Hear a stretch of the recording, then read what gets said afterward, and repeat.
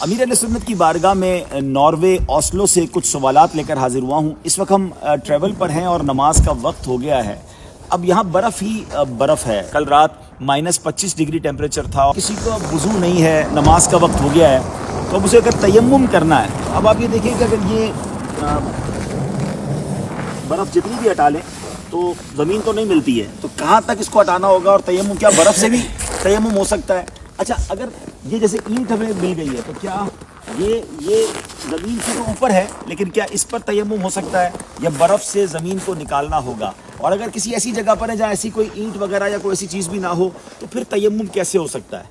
اچھا، دوسرا سوال یہ کہ اگر تیمم نہیں ہو سکتا تو کیا اس برف کو اپنے جسم پر مل لیں گے تو کیا وضو ہو جائے گا؟ کیونکہ یہ بھی تو پانی سے ہی برف ہے۔ سوال یہ کہ جب آپ برف پہ نماز پڑھتے ہیں تو اب یہ دیکھیں نیچے اب برف ہے، تو پیشانی کو کتنا دبانا ہوگا کہ زمین کی سختی محسوس ہو؟ کیونکہ جتنا بھی دبائیں ایسا لگتا ہے کہ نیچے برف اور دب رہی ہوتی ہے۔ بعض اوقات جیسے اب یہ ٹیمپریچر اتنا ٹھنڈا ہے کہ اگر یہاں پر پانی تو ہو مگر بہت ٹھنڈا ہو تو کیا اس صورت میں اپنے آپ کو سردی سے بچانے کے لیے تیمم کرنے کی اجازت ہوگی؟ برف سے تیمم تو ہو نہیں سکتا۔ اب اگر پانی نہیں ہے تو پانی پینے کا تو ہوگا نا آپ کے پاس، تو اندر میں تو اس میں وضو کر لیا جائے۔ ایسے موقع پر یہ جس طرح کے مٹی کا پیالہ، اس طرح کی مٹی کی پلیٹیں بھی ہوتی ہیں تو جس پہ پالش نہ ہو، سالڈ مٹی کی اینٹ یا مٹی کا کوئی ایسی پلیٹ وغیرہ گاڑی میں رکھ لیا جائے، پلیٹیں تو مٹی کی ہوں، ٹھیک ہے نا، تو ان سے بھی تیمم تو ہو سکتا ہے، جبکہ تیمم جائز ہو جائے۔ چاروں طرف ایک میل تک کم از کم پانی ملنے کی کوئی امید نہ ہو۔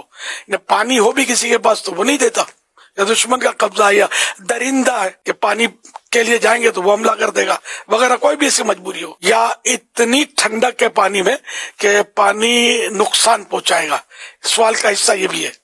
تو ایسی صورتیں ہیں، اور بھی صورتیں ہیں جس میں تیمم جائز ہو جاتا ہے۔ تو اب ایسی صورت میں کہ جب نہ پانی ہو نہ زمین ہو اور تیمم بھی یعنی کرنے کی کوئی صورت، ایسی تیمم والی چیز ہی نہیں ہے جس سے تیمم کیا جا سکے، جو مطلب یعنی کہ نہ تیمم پر قادر ہے نہ وضو پر قادر ہے، تو اب ایسی صورت میں یا کوئی بھی ایسی صورت ہو جہاں نماز پڑھنا ناممکن ہوتا ہے، تو ایسی صورت میں نمازی کی نقل کرنی ہوتی ہے، نمازیوں جیسی ہیئت یعنی کیفیت بنانی ہوتی ہے۔ یعنی نماز کی نیت کے بغیر نماز پڑھ لے گا لیکن اس میں نیت نہیں کریں گے، اور بعد میں یہ نماز جو ہے یہ ادا کرنا فرض رہے گا، اس کو پڑھیں گے۔ تو ایسی مجبوری کی حالت میں کسی نے یہ ہیئت بنائی، نمازیوں کسی کیفیت بنائی، صورت بنائی، تو وہ گناہ سے بچ جائے گا، جبکہ وہ قضا بھی کر لیا، وہ قضا کا گناہ اس کو نہیں ملے گا۔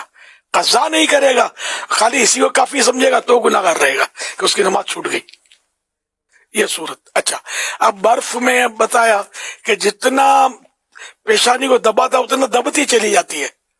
اگر واقعی سے کیفیت ہے تو پھر سجدہ تو ہوگا نہیں، جب سجدہ نہیں ہوگا تو نماز نہیں ہوگی۔ برفانی علاقے والوں کو تو کوئی لکڑی کا پھٹا رکھنا چاہیے یار، تو جو مطلب سخت ہو اس کو بچھا کر اس پر سجدہ کرے تو وہ سارا اس زمین میں ذرا دسے گا نہیں۔ کھانے کی، پینے کی، پہننے کی، اوڑھنے کی کئی چیزیں گاڑی میں رکھی ہوں گی، تو اس طرح نماز میں کام آنے والی چیزیں بھی رکھی جائیں، کچھ وضو کا بھی انتظام کر دیا جائے، یعنی پانی بھی ہو، اس میں گرمائش بھی ہو، تاکہ یہ ایسے موقع پر پینا بھی تو پڑتا ہے نا، تو برف تو بندہ پیے گا نہیں، پانی پیے گا، تو انتظام رکھنا چاہیے۔